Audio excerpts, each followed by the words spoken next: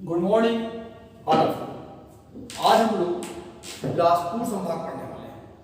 ठीक है, बिलासपुर संभाग में पहले 5 जिले हुआ करते थे, लेकिन अभी 15 अगस्त 2019 को घोषणा हुई कि गोरेला, पेंड्रा, मरवाही एक नया जिला अस्तित्व में आएगा। मतलब पहले हमारे छत्तीसगढ़ में 27 जिले थे, अब हो गए 28।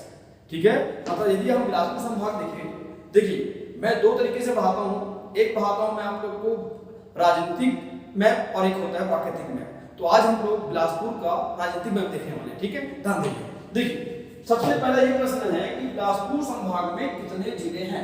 तो पहला तो गोरेला, पेंड्रा, मरवाही, दूसरा ले लेते हैं मुंगेली, तीसरा ले लेते हैं अपन लोग यहाँ पे बिलासपुर, चौथा कोरबा, पांचवा जांजगीर चांपा और छठवा जिला देखेंगे तो वो हो जाएगा रायगढ़। इसका मतलब पहले बिलासपुर में कितने जिले थे? 5। अभी कितने हुए? 6। कौन कौन से? गोरेला, पेंड्रा, मरवाही, उसके बाद मुंगेली, बिलासपुर, कोरबा, जांजगीर चांपा और उधर जाएंगे तो कौन सा हो जाएगा? रायगढ़। ठीक है, देखिए अभी जो नया जिला अस्तित्व में आया है, हालांकि तो नाम बहुत बड़ा है, जिला तो छोटा है, गोरेला, पेंड्रा, मरवाही। गोरेला, पेंड्रा, मरवाही नाम की 3 तहसील थी। वो तीनों तहसील को मिलाकर हमने क्या कर दिया? एक जिला बना दिया। मतलब गोरेला, पेंड्रा, मरवाही 3 तहसील और 3 क्या होगी? विकासखंड। ठीक है, अगर अभी वर्तमान में किसी भी एग्जाम में 4 ऑप्शन में गोरेला, पेंड्रा, मरवाही अगर लिखा है तो आप समझ जाइए कि वो उसको पूछना चाहता है। ठीक है, तो सबसे पहले हम नए जिले को देख लेते हैं। अगर ये प्रश्न पूछे कि विष्णुभोग चावल कहाँ मिलता है तो आप आंसर देंगे गोरेला, पेंड्रा, मरवाही। देखो यहाँ लिखा है विष्णुभोग चावल, गोरेला, पेंड्रा, मरवाही। यदि पूछे कि ये गोरेला, पेंड्रा, मरवाही है, उसका मात्र जिला कौन सा है, मतलब किस जिले से अलग होके बना है, तो आंसर आएगा बिलासपुर। मात्र जिला कौन हो जाएगा बेटा? बिलासपुर।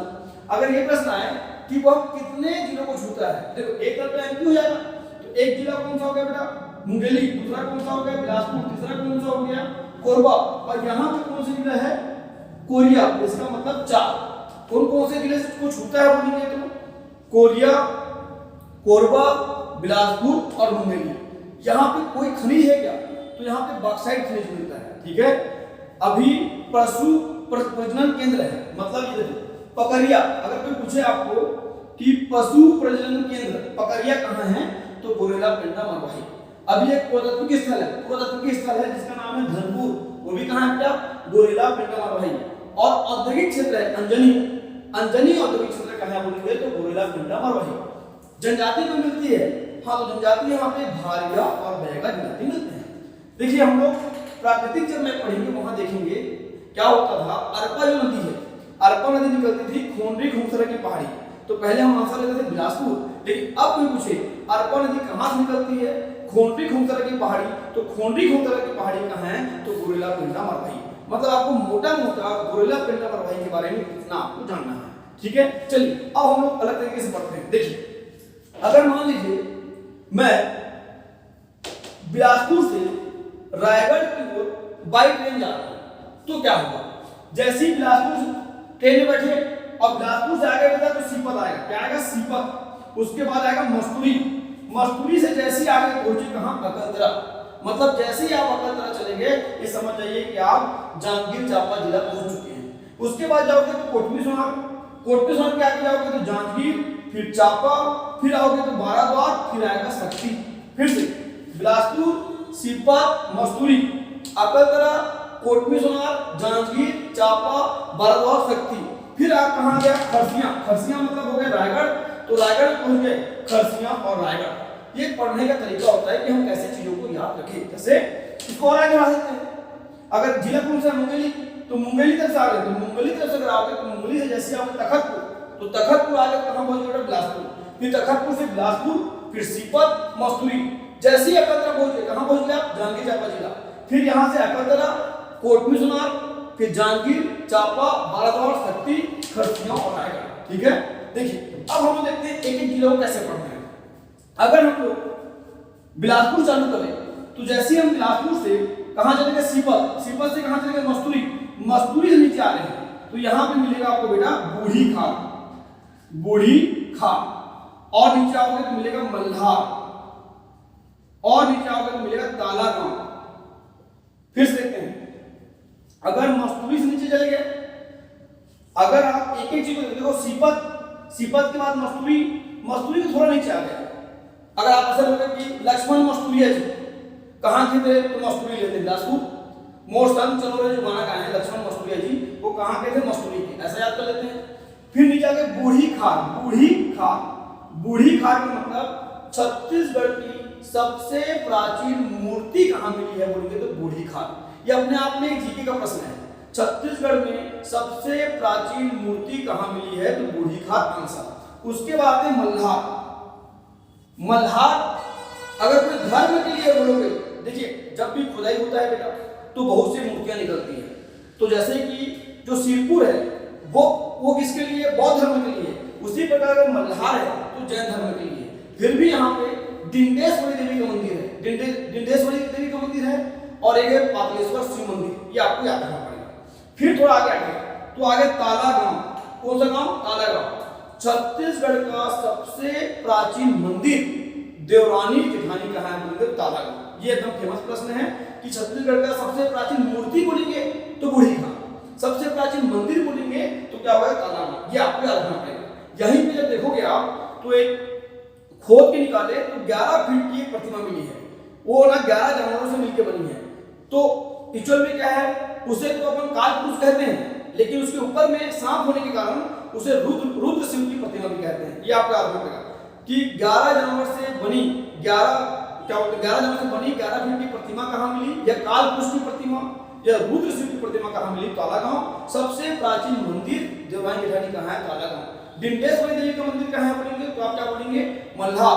पातालेश्वर शिव मंदिर कहाँ है बोलेंगे तो मल्हार। और सबसे प्राचीन मूर्ति कहाँ मिली बोलेंगे तो बूढ़ी खार। ये हो गया। उसका कहाँ पहुंचेंगे बेटा, यहाँ पे बिल्हा। छत्तीसगढ़ का सबसे बड़ा विकासखंड कोई है तो बिल्हा।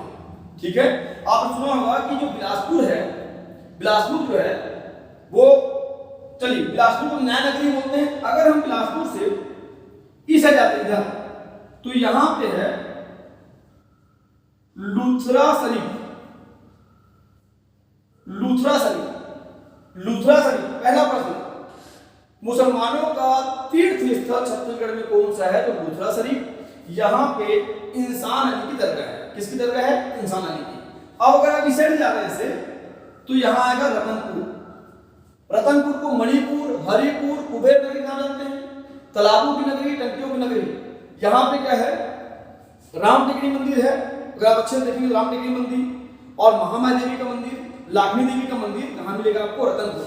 छत्तीसगढ़ में तालाबों की नगरी, टंकियों की नगरी, कुबेर नगरी, इसको बोलते हैं रतनपुर। देखिए बेटा, अगर आप युग में डिवाइड करें तो 4 युग होते हैं। सबसे पहले तो सतयुग, फिर त्रेता युग, फिर द्वापर युग, फिर कलयुग। तो ये रतनपुर के चारों युग में अलग अलग नाम थे। देखिए यहाँ पे लिखा हुआ है रतनपुर के नाम। सतयुग में इसे हम बोलते थे मणिपुर, क्या बोलते थे, मणिपुर। त्रेता युग में बोलते थे माणिकपुर, द्वापर युग में बोलते थे हीरापुर। अब यदि आप कलयुग में आ गए, कलयुग में बोलते थे रतनपुर, और कलचुरी काल में इसको बोलते थे रतनपुर और कुबेर नगरी। ये भी अपने आप में एक प्रश्न है। यदि कोई पूछे कि रतनपुर को सतयुग में क्या बोलते थे तो मणिपुर, त्रेता युग में माणिकपुर, द्वापर युग में हीरापुर, और वर्तमान युग मतलब कलयुग में क्या बोलते हैं रतनपुर, और कलचुरी काल में ही इसे रतनपुर और कुबेर नगरी की संज्ञा दी। ठीक है, अब देखिए रतनपुर से जैसे हम आगे बढ़े मतलब कहां पहुंच गए, कोरबा में आएगा पाली में प्राचीन शिव मंदिर है। एक्चुअली क्या है, पहले 7वीं 8वीं शताब्दी के आसपास यहाँ पे बाण वंश, जहाँ पे बाण वंश के राजा ने बनाया था यहाँ पे प्राचीन शिव मंदिर, याद रखना पड़ेगा आपको। फिर आएंगे तो कटघोरा।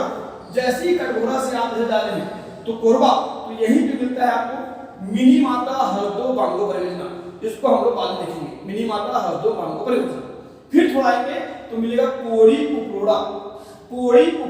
ठीक है, इसी में थोड़ा आगे आएंगे तो एक जगह मिलेगा बुका को छत्तीसगढ़ का मॉरिशस कहते हैं। एग्जाम प्रश्न आएगा कि छत्तीसगढ़ का मॉरिशस किसे कहते हैं तो बुका। यदि आप पाली से ऊपर कर जाते हैं तो ऊपर जाएंगे तो लाफागढ़ चतुरगढ़, ये लाफागढ़ के पास है तुमान। याद करो, बोलते हैं कि सबसे पहले जब कलचुरी लोग आए तो तुमान को भी राजधानी बनाया, यही तुमान है, तुमान भी कोरबा। तो देखो तुमान हो गया, थोड़ा ऊपर जा रहे हैं लाभागढ़, लाभागढ़ के थोड़ा आगे जाएंगे तो है जैतूगढ़, छत्तीसगढ़ का कश्मीर। प्रश्न एग्जाम में आएगा कि छत्तीसगढ़ का कश्मीर किसे कहते हैं, तो जैतूगढ़। फिर ध्यान दीजिए, यदि मैं रतनपुर से ऊपर जा रहा हूं तो मिलेगा पाली, पाली में क्या है बेटा, प्राचीन शिव मंदिर, ठीक है। थोड़ा ऊपर जाएंगे तो यहाँ पर कटघोरा, कटघोरा के थोड़ा आगे जाएंगे तो मिनी माता हरदो पांगो परियोजना है। फिर छत्तीसगढ़ की सबसे बड़ी तहसील पौड़ी कोड़ा है, और छत्तीसगढ़ का मॉरिशस, तो मॉरिशस मतलब भूखा, या क्या होना चाहिए आपको, एक आता छत्तीसगढ़ कश्मीर किसे कहते हैं, तो वो है जैतूगढ़। ओके, ये देखिए कोरबा जिला भी कंप्लीट हो गया हमारा और बिलासपुर भी कवर हो गया। इस साइड आ गया, अगर बिलासपुर से बिरहा होकर मैं इधर आता हूं तो यहां मिलता है मलकू द्वीप, मलकू द्वीप इसको बोलते हैं ईसाइयों का तीर्थ स्थल। क्या बोलते हैं, ईसाइयों का तीर्थ स्थल। यहाँ पे क्या होता है, जो सुनात नदी है बीच में एक चट्टान है, वहां से दो भागों में जाती है, दो भाग में घूम जाती है मान लीजिए, तो यहाँ घुमेश्वर महादेव का मंदिर है, ईसाइयों का तीर्थ स्थल भी है। और हमारे यहाँ से महाशिवरात्रि के दिन यहाँ पे मेला भी भरता है, क्योंकि ऐसे याद रखना शिवनाथ नदी दो भागों में बढ़ जाती है, घूम जाती है, तो घुमेश्वर महादेव का मंदिर कहाँ बनेंगे, तो मलकू द्वीप, और ईसाइयों का तीर्थ स्थल क्या बनेंगे, तो मलकू द्वीप। इतना आप याद रखना है। फिर यहाँ जाएंगे, एक है शिवघाट, यहाँ एक जगह शिवघाट, यहीं पे महाशिवरात्रि दिन मेला होता है। एक मंदिर है श्वेत गंगा, याद रखना है। और अगर लोरमी इस क्षेत्र में अगर आप जाते हैं तो आपको अचानक मार्ग मिलेंगे, उसको हम लोग प्राकृतिक प्रदेश में देखेंगे। ओके, अभी हमने क्या किया, 3 जिले कंप्लीट कर लिए, 4 जिले कंप्लीट हो गए। अब हम लोग आते हैं जांजगीर चांपा। अब जांजगीर चांपा में जैसे आओगे, अकल तरह के बाद कोटमी सोनार। यदि पूछे एग्जाम में कि मगरमच्छ कहां मिलते हैं, तो कोटमी सोनार, जागलून नदी और भरसा दर्रा। कहां पे हम लोग, कहां पे कृत्रिम रूप से मगरमच्छ को संरक्षित कर रहे हैं, तो कोटमी सोनार। जिले का नाम होगा बेटा जांजगीर चांपा। जैसे ही पूछते जांजगीर, जांजगीर को जाजल देव ने बसाया था। किसने बसाया, जाजल देव ने जांजगीर को, ठीक है। यहाँ पे जाजल महोत्सव होता है, यहीं पे प्राचीन विष्णु मंदिर है, जिसको अधूरा मंदिर या नटका मंदिर के नाम से जानते हैं, अधूरा मंदिर या नटका मंदिर के नाम से जानते हैं, ठीक है। अब आगे चांपा, चांपा का प्राचीन नाम है मदनपुर। क्या नाम है, मदनपुर। इसको आप k की पावर 3, k की पावर 3 मतलब कब, समझ लीजिए k की पावर 3 बोल रहे हैं, का मतलब कांसा या कोस, कांसा, कोसा और कंचन, कंचन मतलब सोना। मतलब चांपा जो है छत्तीसगढ़ में 3 चीज के लिए अलग से फेमस है। k की पावर 3 मतलब 3 का, एक का मतलब कोसा, एक का मतलब कांसा, एक का मतलब कंचन, कंचन मतलब सोना। मतलब सोना कहाँ मिलता है, तो चांपा, मतलब सोना हर जगह मिलता है, लेकिन सबसे अच्छा सोना कहाँ मिलता है बोलेंगे तो क्या लेंगे आप आंसर, चांपा। उत्तम किस्म का कोसा कहाँ मिलता है, कांसा मिलता है, तो चांपा। चांपा का प्राचीन नाम क्या है, मदनपुर। जांजगीर का प्राचीन नाम जाजलपुर, किसने बताया, जाजल देव ने। और क्या होता है यहाँ पे, जाजल महोत्सव, ठीक है। अब देखिए थोड़ा आगे आएंगे तो बाराद्वार शक्ति, बाराद्वार शक्ति, और शक्ति आगे कहाँ पहुंचे, एक तहसील है डबरा, डबरा तहसील है, छोड़ दीजिए। अब आते हैं यहाँ पे नवागढ़ भी है। देखो नवागढ़ तहसील जो है वो जांजगीर चांपा में भी है और बेमेतरा में भी है, कंफ्यूज होने की जरूरत नहीं। थोड़ा नीचे आते हैं, एक जगह है शिवरी नारायण। ऐसा जनश्रुति के अनुसार ऐसा कहते हैं कि रामायण समय में क्या बोलते, राम भगवान ने सबरी मैया के जो जूठे बेर खाए थे वो यही जगह है। सबरी प्लस नारायण क्या बन गया, शिवरी नारायण। यहाँ पे नर नारेश्वर मंदिर है, ठीक है, केशव नारायण का मंदिर है, राम लक्ष्मण सीता जानकी मंदिर है, कहाँ पे, शिवनारायण। ये शिवनारायण को ही छत्तीसगढ़ का लघु प्रयाग या गुप्त प्रयाग के रूप में जानते हैं। और यह त्रिवेणी संगम है, त्रिवेणी संगम मतलब 3 नदियों का संगम है। यहाँ 3 नदियां आके मिलती है, एक है महानदी, एक शिवनाथ नदी और एक जोग नदी। प्रश्न एग्जाम में आते हैं कि छत्तीसगढ़ में त्रिवेणी संगम कौन कौन से हैं, तो राजीव को भी पढ़ते हैं, शिवनारायण को पढ़ते हैं, एक चंद्रपुर को भी पढ़ते हैं। तो प्रश्न आएगा कि शिवरी नारायण में जो त्रिवेणी संगम है कौन कौन सी 3 नदी मिलती है, तो एक बेटा महानदी, एक शिवनाथ नदी और एक बोलेंगे तो अपन जोग नदी, ठीक है। थोड़ा आगे आते हैं, यहाँ पे खरोद। पहला प्रश्न, छत्तीसगढ़ का काशी किसे कहते हैं, खरोद। खरोद का प्राचीन नाम था इंद्रपुर। एक्चुअली जो पांडु वंशी राजा थे इंद्रपल, उन्होंने इसे बसाया था। अपने नाम पे, इंद्रपुर के नाम से, अभी वर्तमान में नाम इसका खरोद। खरोद को छत्तीसगढ़ का काशी कहते हैं।